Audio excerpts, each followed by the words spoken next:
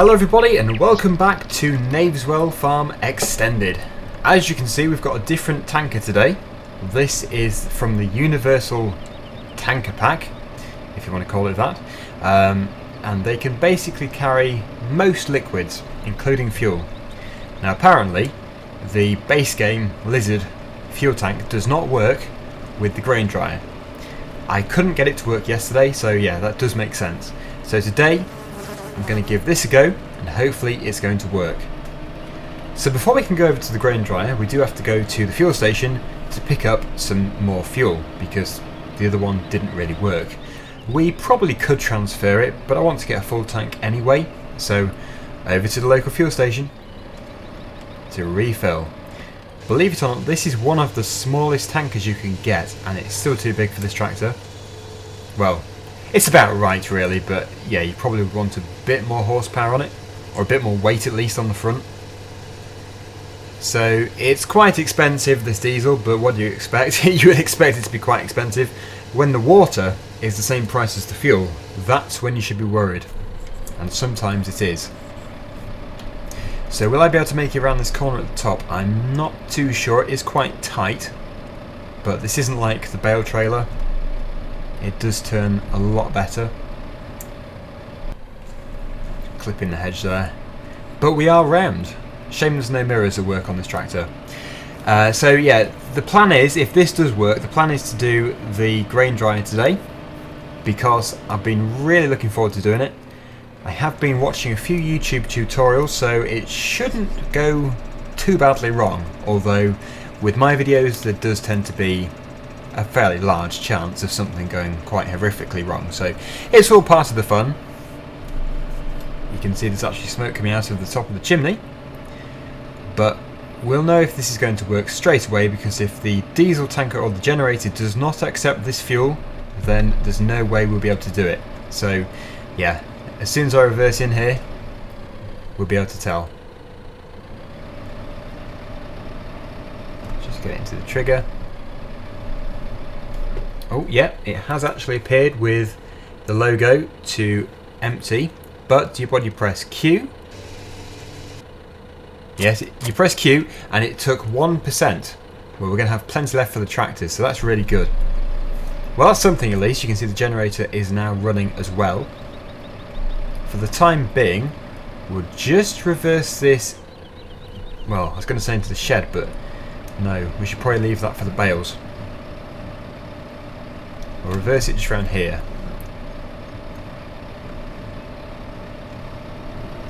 I doubt we'll need this again today.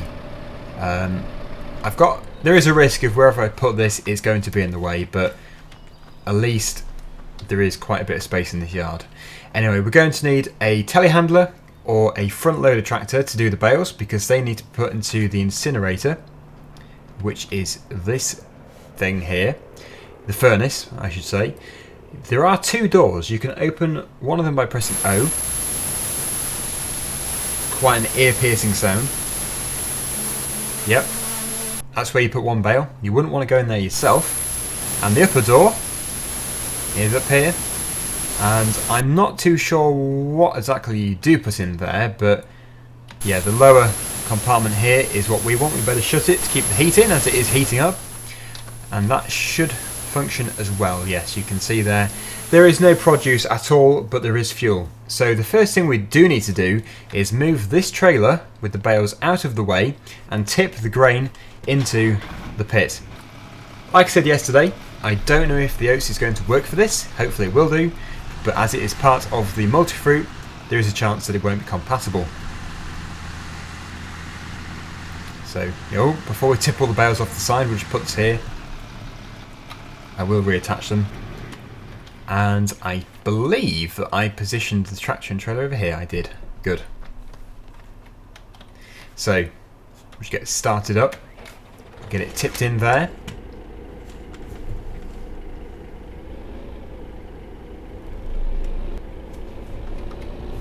Take the cover off first of all.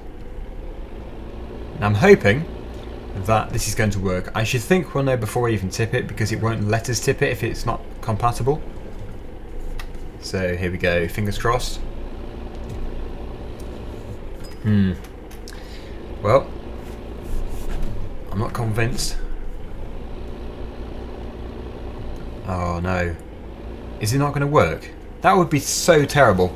Well, if it doesn't work, I'll get a trailer load of wheat and we'll just try it out with that. But yeah, that would be a shame. But I can understand why.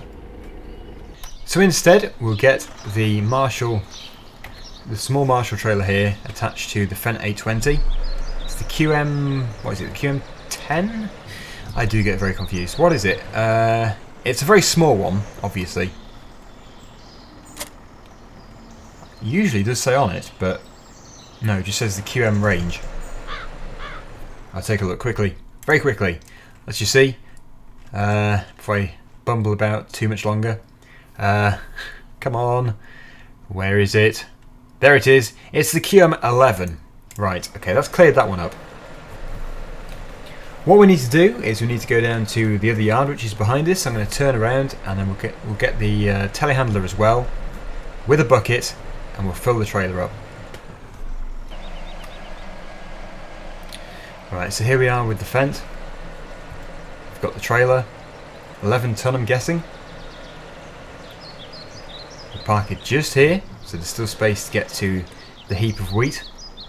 And secondly, we've got the New Holland telehandler with the bucket, which we're going to transfer over to the bale spike because we're going to need this over at the dryer.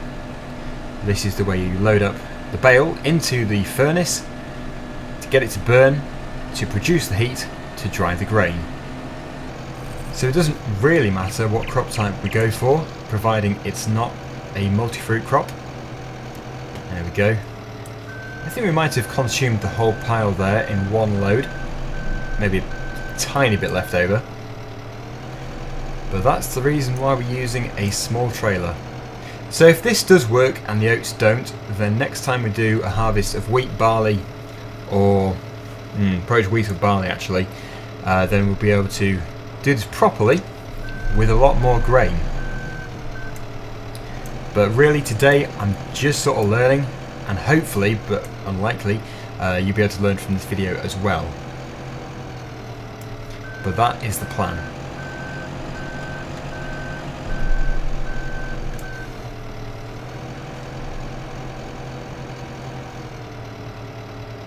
Right, in it goes. In. Fantastic. So back to the main yard. We're going to transfer the bucket to a bale spike, and we're going to obviously take the traction trailer over to the dryer. Here we are. Just going to drop the bucket off really quickly down here.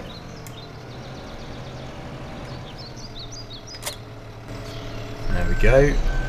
And it shouldn't follow us, although it is in the way completely. Might be able to squeeze through there, just about.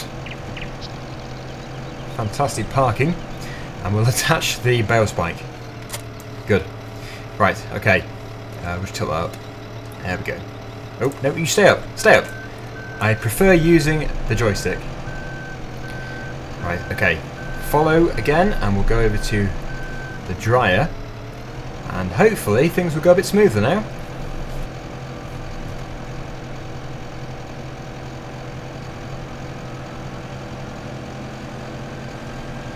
And here we are back at the drying yard. You can see our money is much lower than I would have hoped.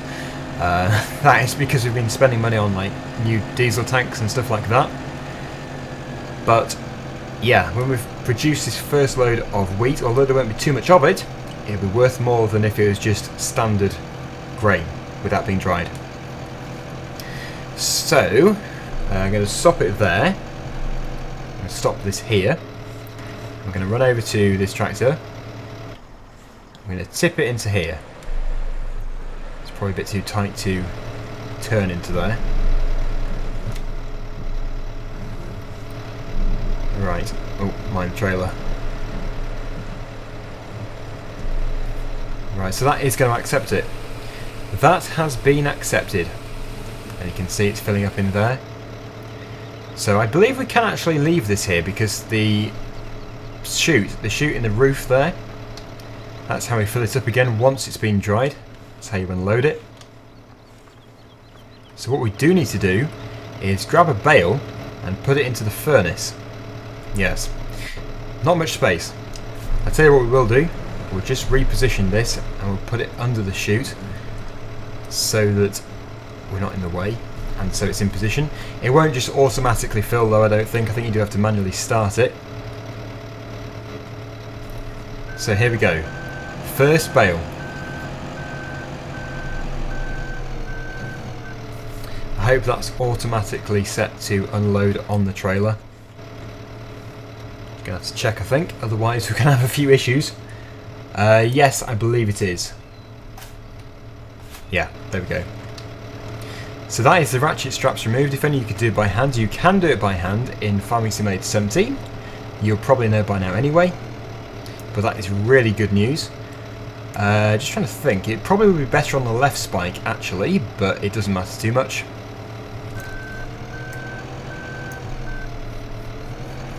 All of the controls for this are opposite to the Merlot, so still getting used to it again. So we'll put that there, and we'll open up this door. Let's just go up to here, press O, and it should open. There we go, perfect.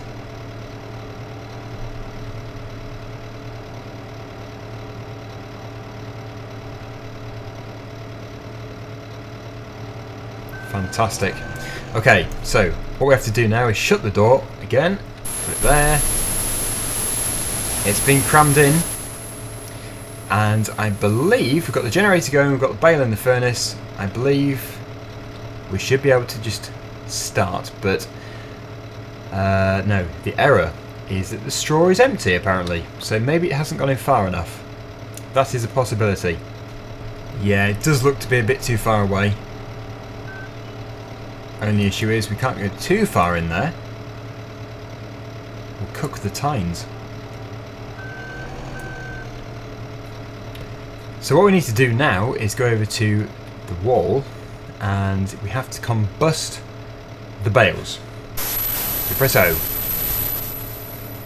And then if we open the door again, I think we'll be able to put another one in. Yeah, as I say, learning as I go along here, so obviously a few things might not be totally right. Hopefully they will be right, but yeah. Trying my best. Right, okay. Next bale.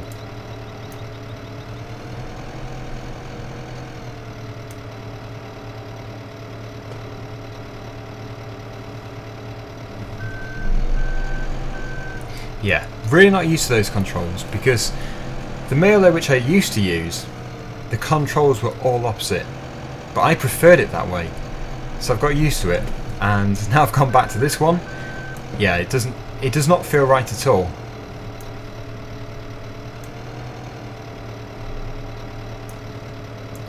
Okay, so I think the spikes are just hitting the side there. So we've got a bale in there. I'm going to shut it in. I'm hoping this is going to work. We do seem to be getting this error message, although it does seem to be clearing now. Yeah, before it said missing straw, even though it was showing we had straw, but now it seems to be working, which is good news. You can see it's burning out the top there, and I'm guessing, I don't know, but I'm guessing that if we speed up time slightly, the grain will dry a lot quicker.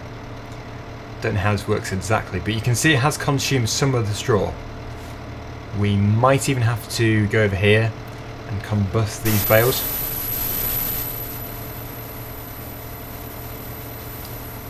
But yeah, I think it just takes time for now, because we've got everything. We've got the grain, we've got the fuel, and we've got the straw. You can see we've already got 37 litres of the dry grain, so it is working, but I think we just have to be a little bit more patient than what I have been. So yeah, I'm going to leave it to get on with what it needs to do, and we should, at the end of this, have some lovely dry grain. Yep, as you can see, 74 litres now of dry grain. It just takes time. It's consuming the straw, it's consuming the fuel, and obviously the grain is being processed, so it's going to go in as just standard moist grain and it's going to come out as some really good dry grain. It will come out just over here, as I showed you before, in that spout. And you might, yes, you can even see it in here, just about. See the grain in there, in the dryer. Now in real life, if you've never seen one of these things work, it does tend to steam, and you can feel the heat quite a long way back from it. All the outside steams because it's drying it off. And yeah, quite an impressive thing really.